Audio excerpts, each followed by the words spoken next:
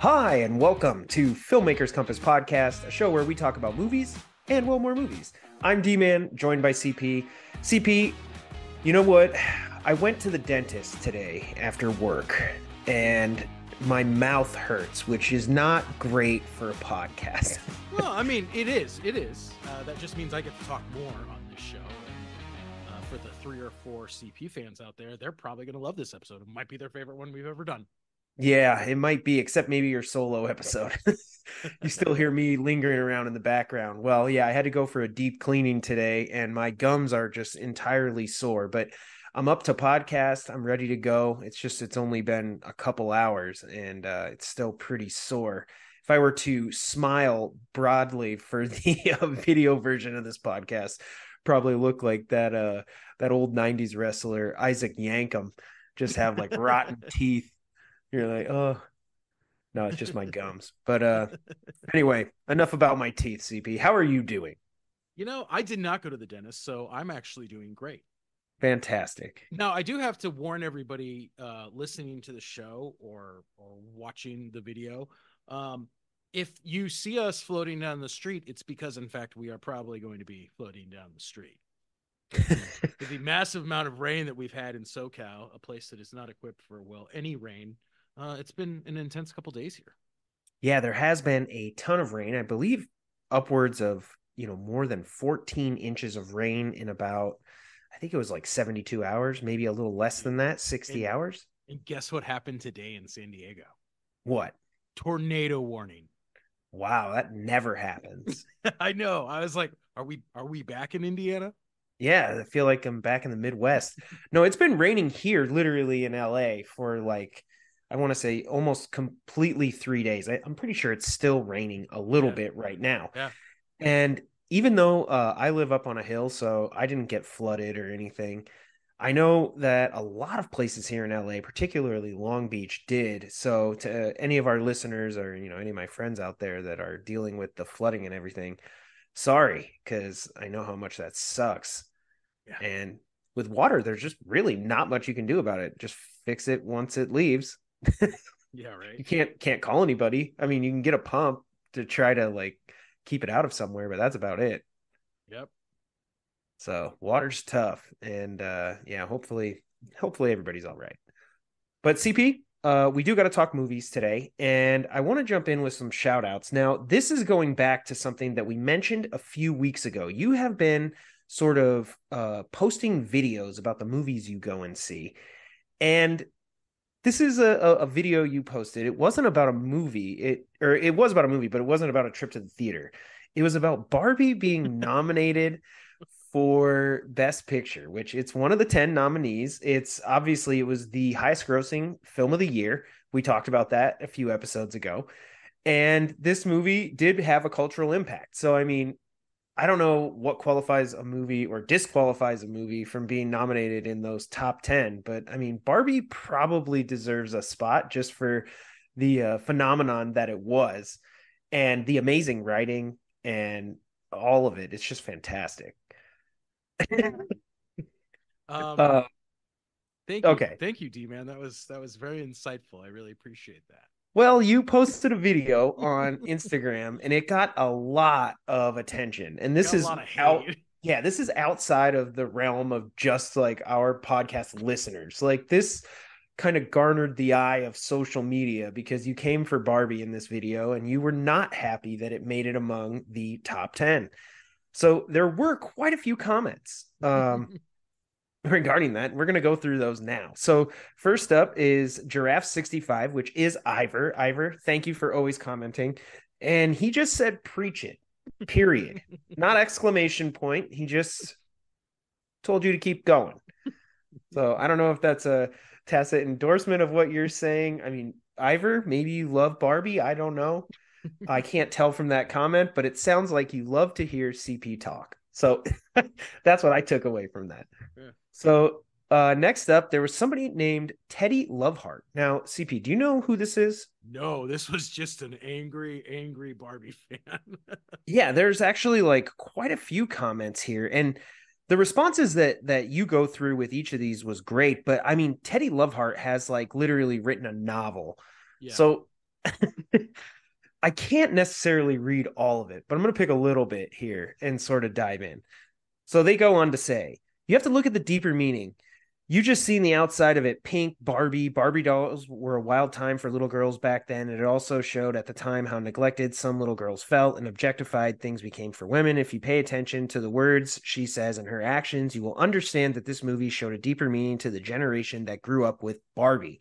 So the expectations that were expected and how that generation of women had to live up to that when they should be comfortable with who they are. I hope that helps. When Barbie dolls came out, this is what women had to look like because it was so popular. So little girls felt that they weren't noticed in their body or skin. And then there is a deep back and forth here, actual sort of a pretty calm for the internet. Like, and there, and it ended up in a very respectful ending. So well done for not sending this off a cliff. But Teddy Loveheart, I mean, thank you so much for the back and forth dialogue. This is something that we love, getting a chance to write novels of our own. Well, and And she's a working cinematographer, so her insights were interesting. it But was awesome. I mean, I read all of the responses. I literally went through it. I had to like sit here and actually read. A lot of the times the comments are, only a couple words and you just sort of glance down. You're like, okay, cool. This one, no, I had to read quite a bit, and I just really appreciate taking the time to, you know, write all that out. So, to our listeners, for this particular shout out, I do want to send you guys to CP's reel on Instagram, where you can go and actually check out this back and forth dialogue, which was pretty impressive. So, Teddy Loveheart, thank you so much. CP, there's another comment, Anak Ferned, and it appears to me to be written in Spanish. actually, Now, it's Portuguese, but I is that what it replied is? in Spanish because I don't speak either. Yeah, so Okay, go for it. because it is translated. So the film addresses very important questions about the patriarchy. Can't argue over something that doesn't have a solid ground, though. I'd say the film has important debates, but this kind of picture uh, is better. Like close your mouth is, I don't know exactly how that translated, but I think so. So meaning like hey, All let's right. let it have its day and not try to rib on it too much. But that's not what we do here. So No, that's not what but we do thank you. here. Yeah, so it was in Portuguese, and that was incredible. I mean, I don't know how many foreign language comments we've gotten, but awesome. Uh, I heard it through the vape. This is Jones Adam. I heard it through the grapevine. The votes are for Ken. So probably the most popular character, given what we talked about, the ultimate irony that Ken would end up the character that was most memorable and everybody's favorite, a white male. Uh, well, what are you going to do? Kilogrammy, thank you so much. Went ahead and commented, did you see it? Which, CP, I feel like they're jumping in here harsh on you. That Yeah, felt right. like a direct attack to like, did you even see it? And you're gonna say shit like this, Yep. which you did. I mean, you Yep. totally Hmm. did. So I don't know. You guys go on a conversation here about West Side Story. I don't know if you want to expand on that a little bit, musicals and some of that. But they said it was visually impressive, so creative, and of course entertaining.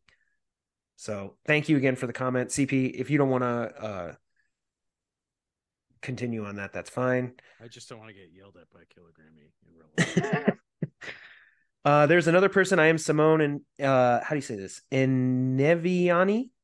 I hope I said that right. Very cliche message. I luckily didn't watch it. Irony. There's that person. And only saw a few clips and was so cringe. Well, you might want to at least give it a chance for one sit through. But yeah, I could see where you'd arrive at that conclusion off of a couple clips. So, I mean, I guess that's fair. Fair enough. Carpe Lux Rowan, what's up with all these dudes' obsession with The Godfather? They all want to be gangsters. Now I'm going to let you answer that. I mean, are you obsessed with The Godfather? Well, and I have said this in multiple comments I put out. Look, we are saying that Barbie is worthy of being considered with the greatest films in the history of cinema. And many people consider The Godfather to be one of the greatest films of that list of greatest films. So, yeah, I'm going to use The Godfather as an example because it's pretty much a perfect movie. I also think that's fair because they mention The Godfather in Barbie. So, I mean, come on. How are you Fact. not going to throw that Fact. back? You got to throw it back. Jeff Peterson, 21, said it's woke. Of course, it's nominated. And Nick Draven said you don't give the award at all. What do you care? He said, "What the WTF do you care?" So, I mean, apparently, only the people that give the award should care, which we know is total crap. But thank you so much for the comment because, yeah, I think it's fun to debate the merits of who's nominated and who won. So that's always a good time. And we had one last comment over on YouTube. Said it's user WQ5CW7FC4D. So all of you listeners remember that. Love hearing both of you being so passionate in your opinions. I actually base a lot of my movie going on your reviews. So wow, thank you so Yay! much. Thank you, user Q. Yeah. So CPM, and throw it over to you. I don't know if you have any shout outs or anything that you would like to mention at the top of the show. I have no shout outs right now. Yeah. Okay. So there we go. Sorry. Well, if you're ready, let's go ahead and jump into the first segment today. So we got to talk box office, and this is our box office breakdown.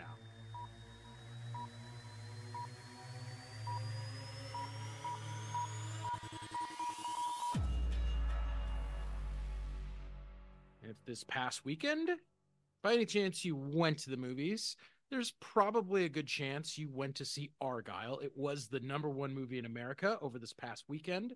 But what I found most surprising was, well, you know what? Let's table the Argyle conversation for a second. Do you Okay. actually have any idea what the number two movie in the box office was? And this one's going to throw you a bit, I bet. Beekeeper. Guess. Number three. Number two was actually The Chosen, the season Wow. 4, episode 1 premiere. That's crazy. How is that possible? Because there's just a lot of Chosen fans who go out and see that show when they do the seasonal premiere. That pulled in about $8 million. That is crazy. Does that And like fund the whole season? yeah, right. And Argyle pulled in like only about 18 million over the weekend. The total gross so far is only about 36 million, which I think the concern for the studios is they shelled out $200 million for this movie. Obviously, Apple stepped in as one of the studios financing this film, and I think they were probably expecting a little bit bigger splash than 36 million over a couple days. I mean, that would have been great in the early 90s. You know, like Right. you would have killed it. This would be an instant classic back then. I mean, sure, we had Jurassic Park and Titanic in the 90s, T2, but Argyle could have been right there at 4 or 5. So then after The Beekeeper, we have Wonka, which is still hanging around, and Migration, which I think it's a movie about ducks, but I did not see it, nor do I plan to. Is that the animated, the cartoon one? Yeah, okay. I Yes, saw that. yeah. I do know that movie. Okay. So I just audience on the Argyle thing, since I did see it, because obviously I see a lot of movies and I really love Henry Cavill movies. So of course I was going to go. I think the big thing is there's a lot of misunderstanding of what this movie is. For one, most of the promotions leading up to the film focused on Henry Cavill and Dua Lipa, two very good looking British people. And Okay. both of them, I mean, Henry Cavill's in the movie for about a total of 15 minutes screen time. That's it? And Dua Lipa isn't only in one scene. So That I would believe. And if I had to guess, I would guess it's at the beginning of the movie. mm-hmm. That looked like an opening action sequence scene in the Yeah. trailer. So that's where I would put that. Yeah, That it's makes just, sense to me. But Henry Cavill was only in 15 minutes? That's yeah, not it much at was all. not in any way. I mean, this was almost billed to us as Henry Cavill playing the 007 role that many people, including me, would like to see him play. So that was kind of a disappointment. Okay. I actually heard some criticism around this sort of stylized special effects. I don't know if that stood out to you, where people were saying it almost looks kind of cartoonish or almost a little bit like they weren't even sort of trying with the effects that I don't know. They just it didn't look like they were trying to make it real, or like you said, make it look like James Bond. Yeah. If you've seen any other Matthew Vaughn movies, the action, the visual effects, and the comedy are all very in line with that. He did the Kingsman series, and this is very much in that vein, sort of comedic action fighting, Yeah, lots like of over bright the top. colors and the visual Yeah, effects. Like it's just over the top, and he's trying to have fun. And if you like movies that are fun and entertaining, and you've seen those other ones, enjoyed it, then you're really gonna like this because this is just like that. But I I don't know. think That's for sort of like his MO, like the Kingsman movies, like that. I don't know. That doesn't strike me as odd. Like I would kind of expect that sort of action from his movies. It's almost like telling Tim Burton, like, hey, don't. It was too gothic. You're like yeah, that. That's like his yeah, thing. yeah, and I Like think I don't that know. if you went to see the Kingsman expecting it to be a James Bond, like a very serious, spy thriller, then you were going to be disappointed, and that's the same thing that you're going to get with Archive. Hmm. It's Well, not a serious spy thriller.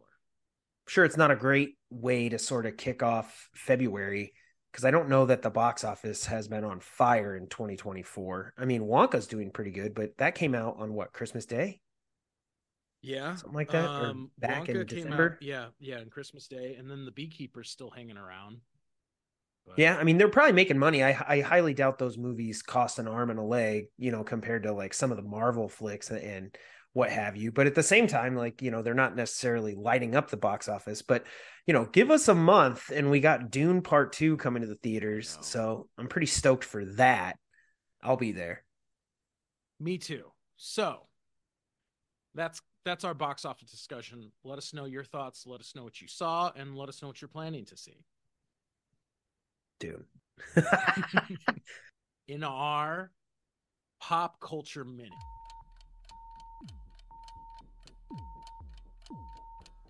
I think we should take a moment to acknowledge the passing of Carl Weathers. Oh my gosh. RIP. Yeah. Now That was so he sad, man. he passed away on February 1st, but luckily it's been reported that he passed away peacefully in his sleep. So if you got to go, I guess that is the best way to go. For sure.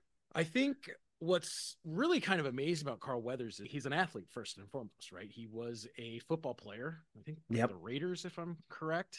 You are correct. And NFL. he actually ended up, I think, being a very talented actor. I mean, he was in some incredibly memorable roles as Apollo Creed in the Rocky movies. Yep. He was Action Jackson in Toy Story. Chubbs, Happy He Gilmore. was he was Dylan in Predator. He was Chubbs, right? Like those are some good roles, and he's been super memorable. And then he was even Emmy nominated for his role in The The Mandalorian. Mandalorian. Yeah, I enjoyed him just recently, rewatching that show. So Yeah. that was a lot of fun. And, it was a little bittersweet because I watched it before he passed Mm. and I didn't know he was even ill or anything. Or I don't know if he was, but it sounds like if he passed in his sleep, maybe he just didn't wake up the next day. But even The Mandalorian, he made his presence felt and Mm-hmm. it was cool to have him in it. So that was Yeah. fun. And to see him, today, because I feel like a lot of those roles, they were a little bit 70s and older. 80s and yeah. Yeah. Yeah. So obviously Apollo Creed, there's the Creed trilogy. I mean, his character had passed away, so Mm-hmm. he didn't make any appearances to my knowledge. But at the same time, that legacy lives on. Mm-hmm. And who knows what, sort of homage or what they'll do probably for him in The Mandalorian. Probably something nice. I would hope Yeah. so. Yeah. So R.I.P. Carl Withers. Thank you for just being awesome on the big screen and the small screen. For sure. Well, CP, we're going to jump into our main topic this week. And one of the things I wanted to do, because the movie we're going to talk about actually deals with this other timely news event, which is that on February 2nd, Apple officially released the Apple Vision Pro, which is their AR, VR, MR, or as Apple calls it, spatial computing headset that allows basically for full pass through and this ability to sort of go into VR. On that note, we decided to go back and rewatch Ready Player One by Steven Spielberg and actually, Ernest Cline wrote the novel, which I don't know if you ever read the novel, but I I did. haven't. I did. So I have not, although I did read about it after watching the movie. So it was pretty interesting. And I guess what I really wanted to talk about was, coinciding with the release of the Apple Vision Pro, CP, I think we have finally reached that critical moment. Now, I have not tried on an Apple Vision Pro, but I have watched YouTube videos about it. And I think we have finally reached the first piece of hardware and first user interface that is going to bring about the future that we see in a movie, Ready Player One. Mhm. So, which is quite remarkable because, you think about how many movies do we talk about where we're like, oh my gosh, the science fiction fantasy tech in this movie, like one day, right? Like Back to the Future 2, like when are we going to jump on a hoverboard? And, Yeah. or Back to the Future, when are we going to time travel? I don't know.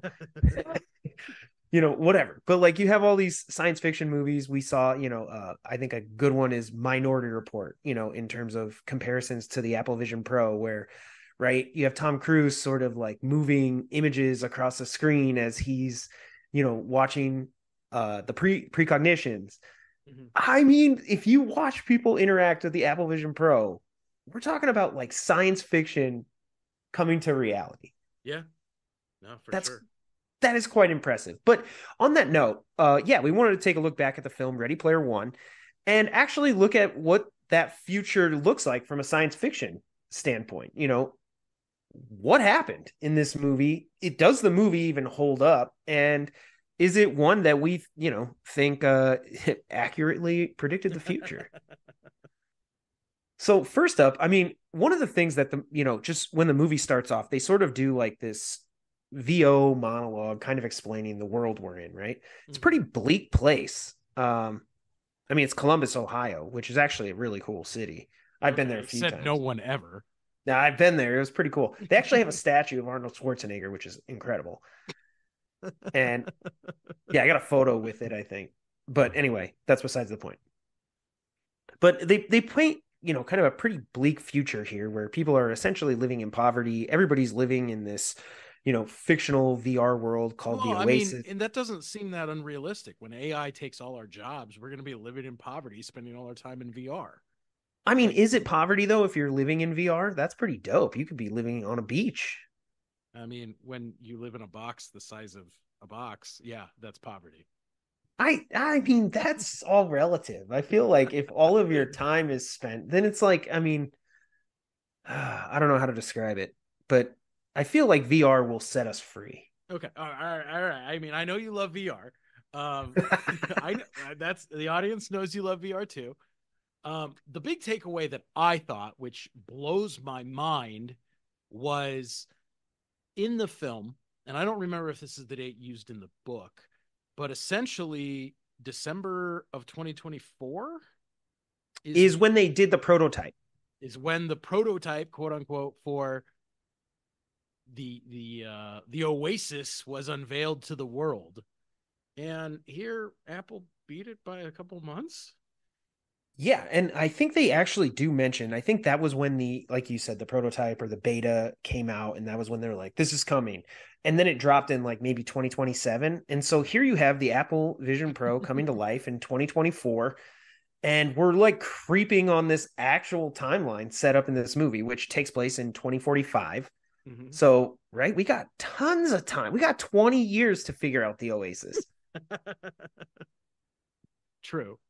So True. we just got to have it by 2020 or 2045. And I mean, who knows, dude? If all this AI advancement and all this other tech stuff happens, we'll just have the AI build it for us. We won't even have to pay a bunch of people to code. We'll just send AI bots out there to build virtual worlds. It's going to be incredible. So I don't know, man. On that note, though, would you want, would you personally go to the Oasis? um yeah, I mean, it seems like there you could do a lot of fun stuff. So I would, especially if I was living in Columbus, Ohio, in a box. Like a literal shipping container or like the Yeah, inside of like a car or like a box truck is yeah. like There were people living in like a van. I'm like, ugh, down by the river in a van. Like, down by the river. Yeah, I actually would love to go to the Oasis. And I think a great comparison here, especially with this movie, but also the Oasis specifically, is the Matrix. Mm. So, I'm not going to lie, I don't really want to go to the Matrix. It looks like a bleak, sad place, like late 90s corporate America. I don't know. That doesn't really excite me, but the Oasis kind of does. And I like the way they show it in the movie in the sense that, I mean, it does, virtually look like a video game. Yeah. Yeah. I don't even think they were shying away from it. They're probably using some of the same animation software that games use, to generate their stuff. And it looks like that, which I don't know, style wise, does that bother you at all? No, it doesn't bother me, but I do think it's a bit of a disservice to Spielberg's talents. Okay. Because yeah, it was weird in the sense that so the movie sort of has two realities. One is real life and one Mhm. is life in the Oasis. And they're visually different. One is, real stock film and one is 100% game generated. Yeah. That's how it Yeah. looks. And well, I actually think it works well in this case for the movie because it does feel like the game. It feels like the experience that they're actually having, right? And we're just privy to what they're Yeah. seeing. So I think it works pretty good. I think the problem with the Oasis in the movie from a plot standpoint is that it doesn't really have any major stakes. You can't die in the Oasis, or for that matter, if you die in the Oasis, you don't die in the real world, which again, if you're looking at something like The Matrix, right? Eventually they up the stakes to where they're like, well, if we go in, but we're not like whatever hardlined or whatever they say, Hmm. they're like, Hmm. if you die in there, you die out here. And you're like, why? Yeah. Just for stakes. But Yeah. it does raise the stakes, right? Like it does feel a little bit more dramatic when you're like, okay, if you get shot, you don't just wake up. Yeah. Exactly. Like, and in this case, in the Oasis, when you quote unquote die, you basically just turn into a bunch of coins, and whatever the value is of all of the things you've acquired, you lose, and whoever else is there can basically go and kind of like Mario, you just collect the coins. Yeah. And you just respawn back at like a level one. Right. And so I don't know, it was kind of weird because it felt like in that sense, the movie never got too dramatic. Hmm. It just felt like they were, playing another video game level Yeah. and, don't die Yeah. because then we got to start over. Yeah. So I don't know. I wasn't a huge fan of it as maybe a plot device, but I liked the look in terms of representing what I think the Oasis actually is. That I enjoyed. It was just plot wise, it felt kind of anticlimactic then. Yeah. Like they're probably going to complete their mission, and if they don't, then they'll just wake up. And I feel like Spielberg tried to sort of mirror those stakes onto real life by having the actual people sort of being tracked and followed, and they're trying to catch them in real life, and then whatever the stakes of that are. But the story stakes were in the Oasis, Hmm. right? That Yeah. felt more like a ticking clock, and it was maybe a little bit more dramatic for me than it needed to be. Yeah. So, which is ironic given what I just said, but I don't know. What else? What else did you like about Ready Player One? Well, I mean, it's always hard to find fault with Steven Spielberg as a filmmaker. So let's just get that in the open. Like, there's not a lot of faults. I think one of the problems that I had is we are introduced to the characters mainly, primarily through their avatar versions, right? This is Mm-hmm. who they see themselves and who they identify as in the Oasis. Then we also are introduced to those characters outside of the Oasis. And obviously, those don't match up because, well, they're real people versus their imagined fictitious avatars. And so, for one thing, I think that's kind of a disservice to us as an audience trying to learn who these characters are because we see them in one light and then we have to learn them a second time, which is fine. It's a reveal to the audience, but I think it comes at the expense of actual true character building because we have to sort of go through it twice. And Mm. while that's not a bad thing, I think Spielberg missed a dramatic opportunity to really kind of explore that dichotomy between who these people are in the real world versus who they want to be in the Oasis. Now, he alludes to it by talking about, right? Obviously, we're dropping spoilers. The movie came out like 8 years ago, so see it. But get that out, like, had to get that out in the open. But we see H is, in fact, a woman when us and the other characters believe H to be a man. Yeah. And Artemis is ashamed of her disfiguration, quote unquote, which doesn't present itself in the Oasis. And those are more throwaway lines that we get than Spielberg actually unpacking those characters and the dichotomy between the physical version and the virtual version. Yeah, and I think there's an opportunity here to really sort of explore the role that technology has in both identity and the relationships that you form. Mm-hmm. So for Mm-hmm. instance, like if you go in the Oasis and you fall in love with Artemis, right? What if you went out of the Oasis and you meet her in the real world and you're like, I fell in love with the Avatar. Mm-hmm. Like I'm not really in love with this person. Yeah. And so, you have elements of that. You have, I think if you ever saw that movie, Her, with Joaquin Phoenix, where Mm. he falls in love with his, Yeah. AI assistant. There's this level of like, hey, what is real and what's not real? Or for that instance, you mentioned H. If you have a character who in the Oasis, their avatar is male, and then in real life, they're female. I mean, what does that mean in a trans sense? Mm-hmm. Right? I mean, we're talking about just identity here. Mm-hmm. You actually can choose what Mm-hmm. you want your identity to be. And those elements aren't really explored in this movie. The depth of, sort of, I look at like the Oasis as an economic engine within both the real world and the virtual world. Mm-hmm. So you have people spending a majority of their time inside the Oasis. That's how they live their lives every day, which is wild when you think about it. But what does that mean for like real world structure? If people are inside a virtual place, outside, are people not building cool shit? Are they only doing things virtually? Is Mm-hmm. that why the world has gone to poverty? What does it mean for space, right? We saw during the pandemic that when a lot of employees went remote, a lot of office space went unused. Mm-hmm. And to that end, a lot of companies that stayed remote ended up ditching their office space. So if you have a bunch of people hanging out in the Oasis or a virtual world every day, then you don't need a big house. You just need a room with an internet connection and a stove.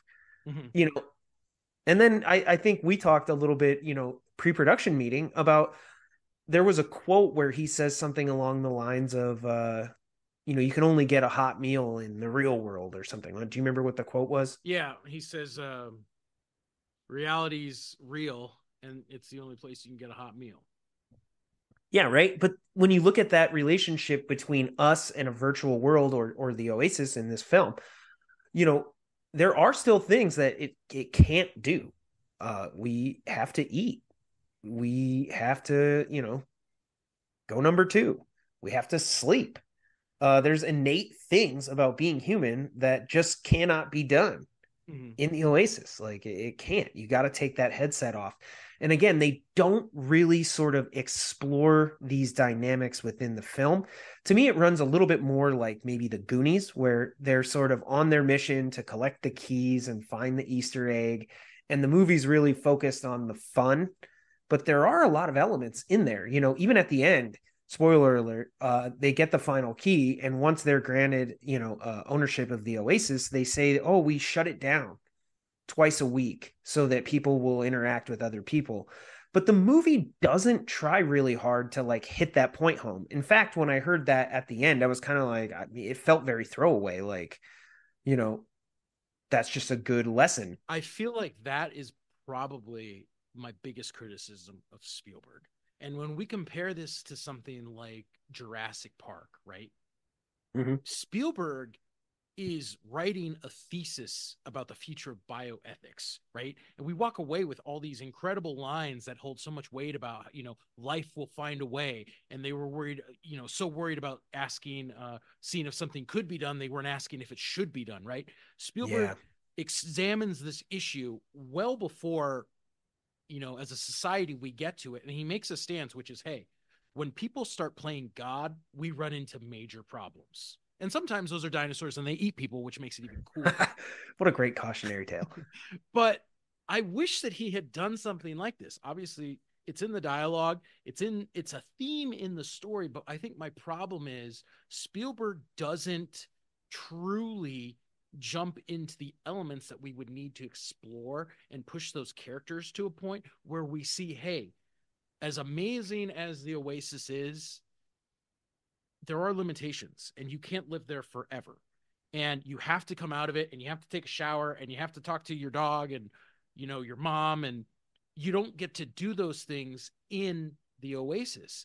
And we've seen that already unfolding with a generation growing up with iPhones and social media, the Yeah. the alienation aspect and loneliness, right?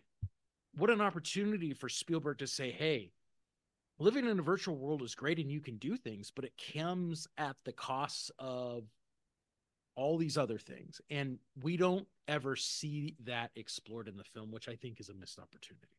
Right. They just sort of, say the outcome, which is, hey, we all know we need to shut it down so that everybody can be in the real world. But it's just not explored plot wise. Like a good example is Minority Report, Mm. which I think I mentioned before, Minority Report, where, that's a great example. right, they have precogs that basically can see murder before it happens. And to that end, being privy to their precognitions, they create pre-crime. And basically, they go prevent murders before they happen. Well, instead of just following the characters as they go try to prevent a murder, they're like, what happens if you saw precognition of you committing murder? Mm-hmm. So, Mm-hmm. first of all, you now know that you're supposed to commit murder. Does that mean that you can now prevent it because you know it's going to happen? Or is it inevitable nonetheless? And they sort of play with these paradoxes, but they challenge the existence of the entire thing, right? By the end of it, it's like we have to shut down pre crime because it's been manipulated and we just can't trust it. So we just can't have it. Yeah. It's not right. Yeah. And it's like instead they just go on the adventure in this. They don't really They don't challenge break the the story engine. existent, Yeah. right. Yeah, they don't challenge it down to the core of like what all of this sort of means. Instead, they're just kind of like, oh, okay, we're gonna go on an adventure in it. And you're Mm-hmm. like, I mean, that's fun too, and it is fun.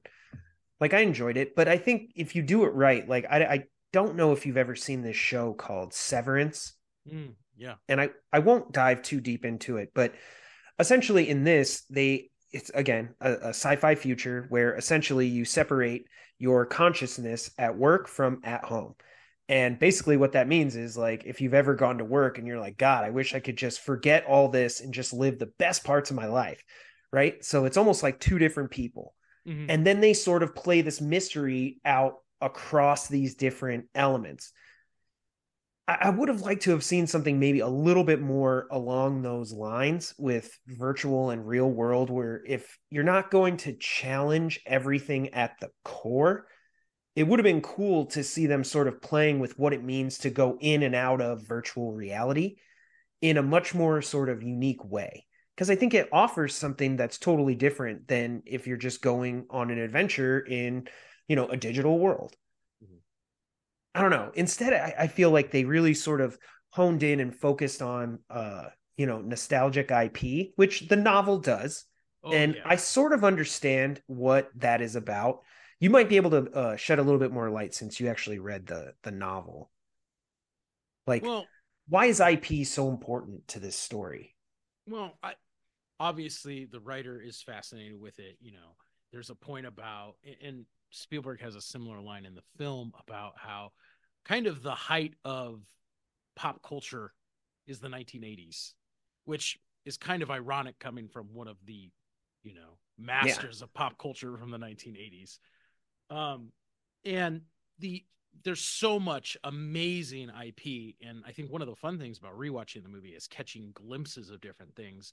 But I think one of the failures in the film is obviously when the book was written, it was written for a bunch of 80s and 90s kids who grew up with 80s and 90s video games and movies and television shows. But it's also set in a fictitious 2045. world, 60 years after that. And I think it'd be weird that all these kids would grow up watching The Shining and Buckaroo Banzai and Yeah, or even know what some of those things will live on, right? King Kong, Jurassic Park probably will, although I don't know if either of those were actually in the novel so much as those were the IP that they chose for the film. I think it makes more sense maybe to include movie IP for yeah, a movie. yeah, But yeah, it seemed like the movie was really focused on sort of these, like I think at one point the villain tries to bribe Wade by offering him, he's like, what do you want? Do you want the Millennium Falcon? I can make it happen. mm-hmm. And like, of course, Star Wars is another piece of IP that will live on beyond, its 70s and 80s origins. But at the same time, you're like, you know, almost like what other stuff came out between the release of this novel and, you know, Yeah, 2045 that's just totally being excluded here, as mm-hmm. if like the only nostalgic IP is the IP we knew from the 80s, Yeah, the 80s and 90s. yeah, So that was, I don't know, that was a little weird to me because it's like, every generation, I think, if you look at particularly like musical artists and boy bands, it's like every generation has their next mm-hmm. boy band that they're into. And I think recently it was K-pop, and you're like, there'll be nostalgia for K-pop in probably like 20 years, or Yeah, yeah, yeah, yeah. like that'll happen and everybody will go back and be like, oh my god, and that might even be still be a thing now. I don't know, I was never into K-pop, sorry, CP. No, and I think the I think the problem is the all this all these Easter eggs are included for what really feels like Easter eggs as opposed to truly character or plot driven choices. I think one of the best examples is at the end, and I think it's amazing because I love Gundams. So at the end, one of the characters transforms into a Gundam for the final battle, but there's no reason why he needs to be a Gundam. It's Yeah, he just is like, cool, Gundams are awesome. I'm like, they are, bro. Go blow some stuff up. or even just for character development, like maybe this guy has Gundams on his workbench or his desk or something, and he's like, oh man, I've always wanted one but I've never been able to afford it. And then you Yeah. finally get like the character actually gets that moment themselves, and then we by extension get it as well. Instead it feels like, yeah, it's a little bit more for us, the audience. Like he Mm-hmm. could have transformed into anything. He could have transformed into Optimus Prime, or Yeah. or a dinosaur for that matter. Mm-hmm. Like it just felt like it was for the audience, not Mm-hmm. necessarily that the character cared all that much or that it advanced anything. Like you No, I said, like, agree. did the story require a Gundam? Was there something that only a Gundam could do that it was like, oh, kind of need that right now? Exactly. So, Yeah. and another thing, CP, that did stand out to me, again, a little critical here, is that the world itself within the Oasis felt like the rules were maybe a little inconsistent. I don't know if you saw that at all. I felt like I did. For example, I think at the beginning of the movie, they're going after the first key and it's a race, and nobody can seem to get to the end of this race. And so eventually they, figure out through these clues that, oh, Wade's like, you could just go backwards Mm-hmm. and it'll get you there, which fine. That's a game developer loophole, right? He set Yeah. it up that way and somebody figured it out and that's how they won. But to me, watching it, like, they're all racing, but they're on, they're in monster trucks and cars. You see, what is it? The DeLorean. Mm-hmm. There's like light or Tron light cycles and Yeah. motorcycles and all this stuff. But in my mind, I was thinking like, why wouldn't you, you know, take a fighter jet or a helicopter? Yeah. You know, why is everybody limited to this? I mean, is that like it's just not explained? Like, is that part of the actual game design? Like, the only way to travel through here is in a vehicle? a ground vehicle. It does like, what if you got to the end and, you know, somebody just shot you over the gap from a cannon? Yeah. Like, I Yeah. don't know. It just felt like there were so many endless possibilities of things that were possible because we're in the Oasis. Like almost anything is possible. So it Right. just, I don't know. At times things felt maybe a little inconsistent for me, where I was like, Well, even like the rules of the Oasis make no sense, right? On one hand, they use portals to jump from quote unquote planet to planet, which different planets doing different things. But they also take spaceships to travel from planet to planet, and I'm like, why? yeah, I don't know. Unless you just like the view, or And you there's need the some things that time. can only be achieved through achieving through acquiring the artifact.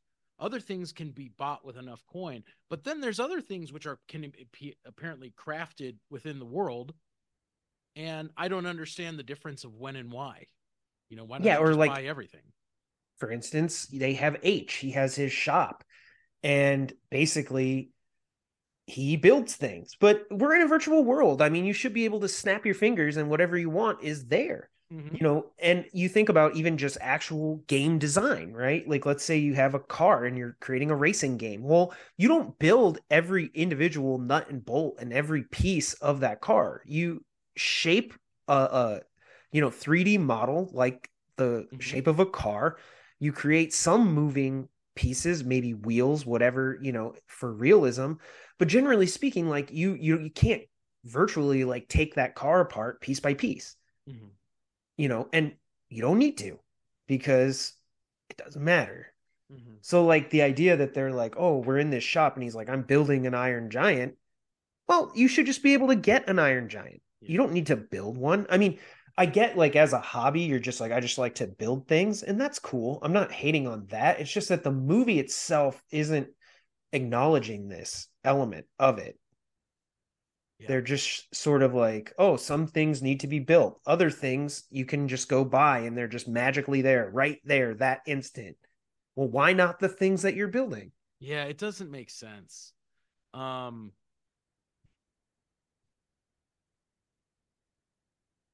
So okay.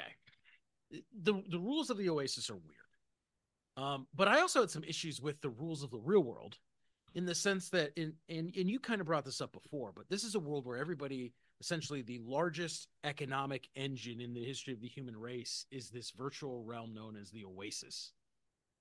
And so much to the point that everybody has access to it in their home.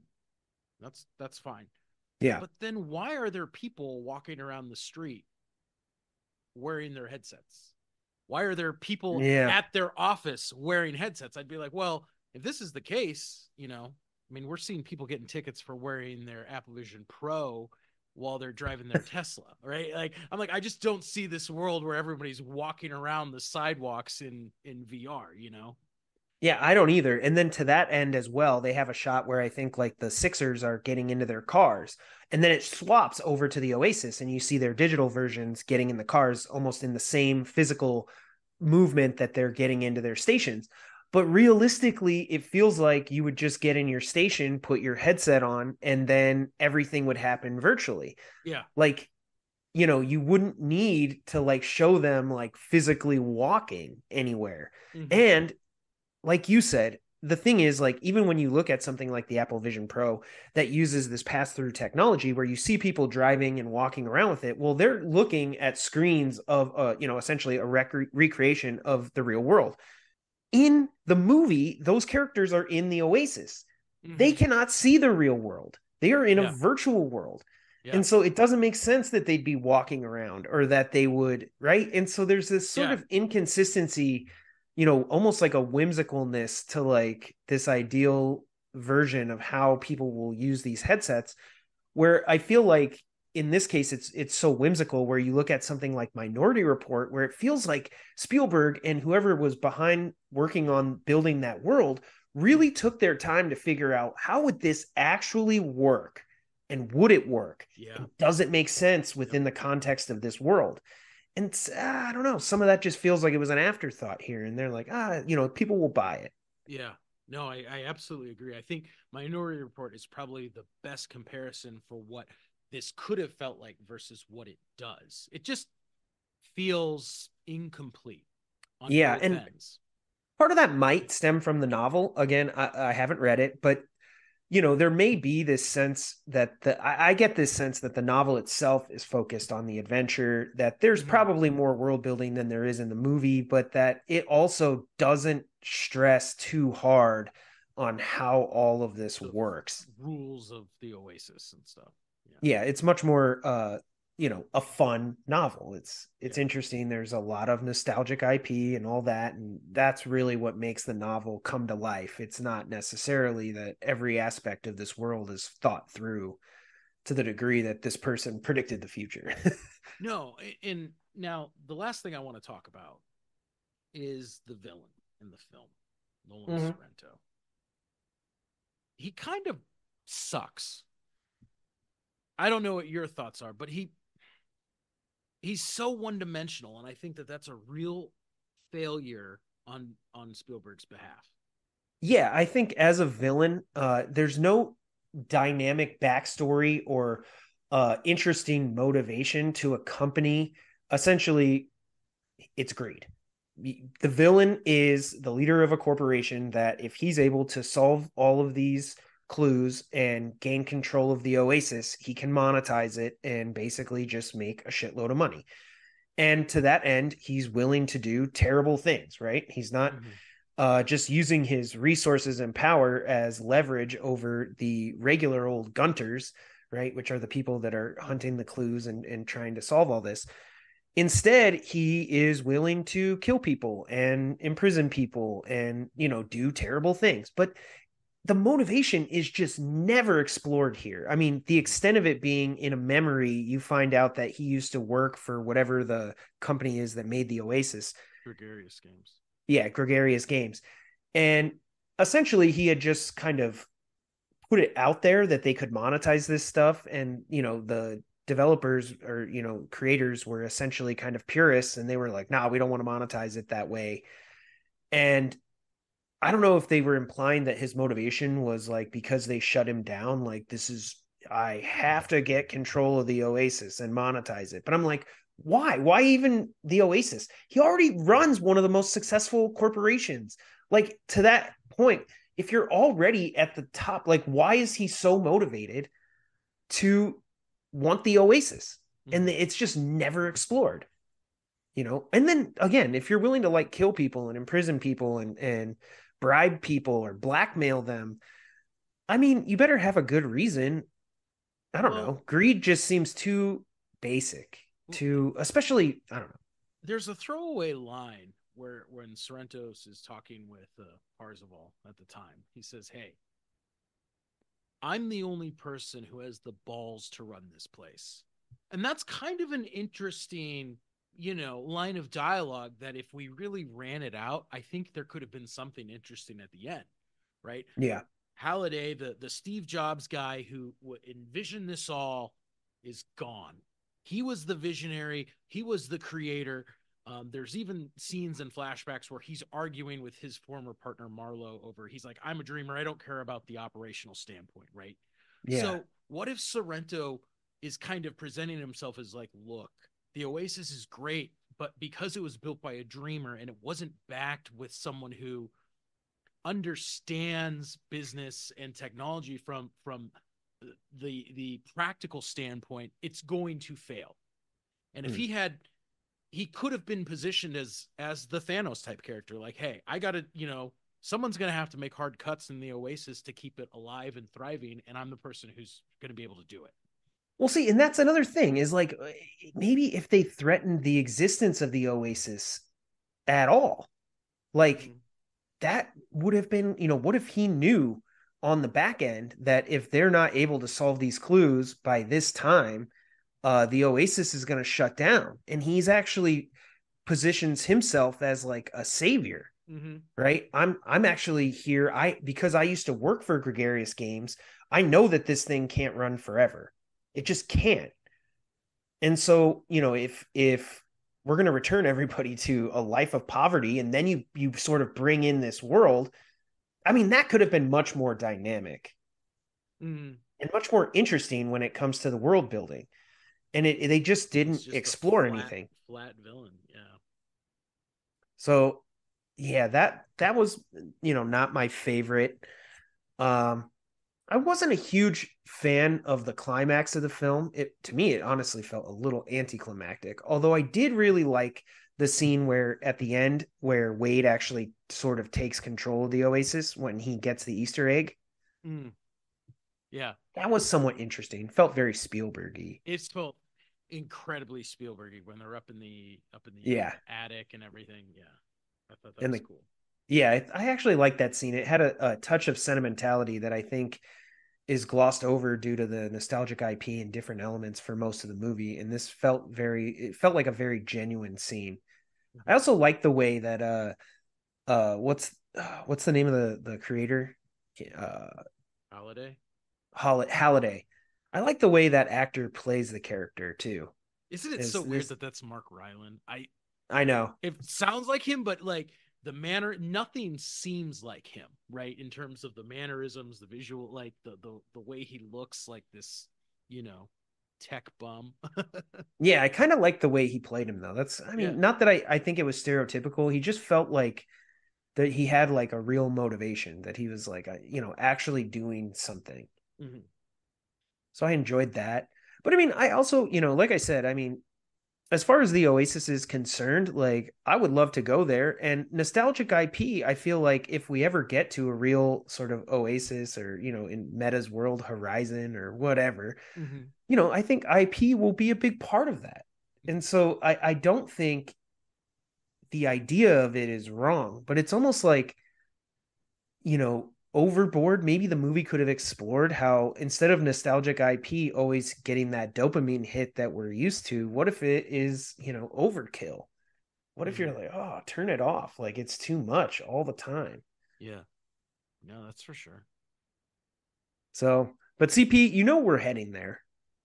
Oasis is happening. We have 21 years till we get to 2045, according to this book. We're going there. The Apple Vision Pro is insane. And the fact that they've, essentially, if you actually look at the goggles they made, the headset that they made, it almost looks like the one in Ready Player One. Yeah. And Yeah. I don't know if you know this, but in Apple's first promotional video, when they announced the Apple Vision Pro, they actually mirror a shot from Ready Player One at the No, very beginning of the movie where he puts the headset on and then the camera sort of swoops around and goes into the headset, and then we're in the Oasis. no They way. they actually do that. You Really? can yeah, they have a comparison clip, but it's on so in the movie you're on Wade's left side and we're going into his headset through his left eye. And then in the Apple Vision Pro commercial, they go through the right side No of the way. actor. But it is remarkably similar. And we're talking about Apple here. I'm like, they knew what they were doing. Oh They no, knew it. absolutely. They're like, let's just replicate the master at work and we'll have a killer commercial. Yeah, for real. So, I mean, I don't know. And then Apple Vision Pro right now, sort of solving that user interface, that's the inflection point, I think, to sort of bring this sci fi future to reality, which is Apple solved probably the biggest conundrum that has made, all the headsets and all the research and development, you know, not really take off. And that is eye tracking and pinching. That's all Yeah. it is. Yeah. And they freaking solved it. And I think everybody will sort of borrow from that, and that'll be the kind of standard, mouse and keyboard and multi-touch that we have on phones. Sure, you have Android phones, you have other third-party phones, but they all use that standard multi-touch interface. Even computers, after all these years, we still use a mouse and a keyboard. That's the user Yeah. interface. And Yeah. because of that, because every computer has a keyboard and a mouse, you can develop all kinds of applications because you have uniformity. Despite all these Mm-hmm. different companies and all their different stuff, you know that they'll have a keyboard and a mouse, and that's Mm-hmm. the modes of input. Yeah. And I think Apple solved that here. And going forward, we'll see other companies sort of adopt that into their stuff. And that's great for cross platform, you know, uh, stuff that, so like, I guess what I'm getting at is if anybody does develop the Oasis, if everybody adopts this user interface, then you should be able hypothetically to jump into the Oasis using any number of headsets, right? I Yeah. mean, that would be the dream. Yeah. But, if Apple decides to be like, no, that's ours, and they, sort of prevent other people from using the same interface, then you'd have to have an Oasis on this headset. You'd have to have one over Yep. here. That's not the dream. We want the Oasis from Ready Player One. We want the one that everybody can jump into. Yeah. Where you can climb Mount Everest with Batman. Exactly. So it was fun to revisit this movie. CP, I don't know if you knew this, but the music was done by Alan Silvestri in this movie. So this is one of the few non-John Williams collaborations for Spielberg. Did not know that. I mean, it doesn't sound like typical Spielberg movie. Yeah, But it's a little bit different.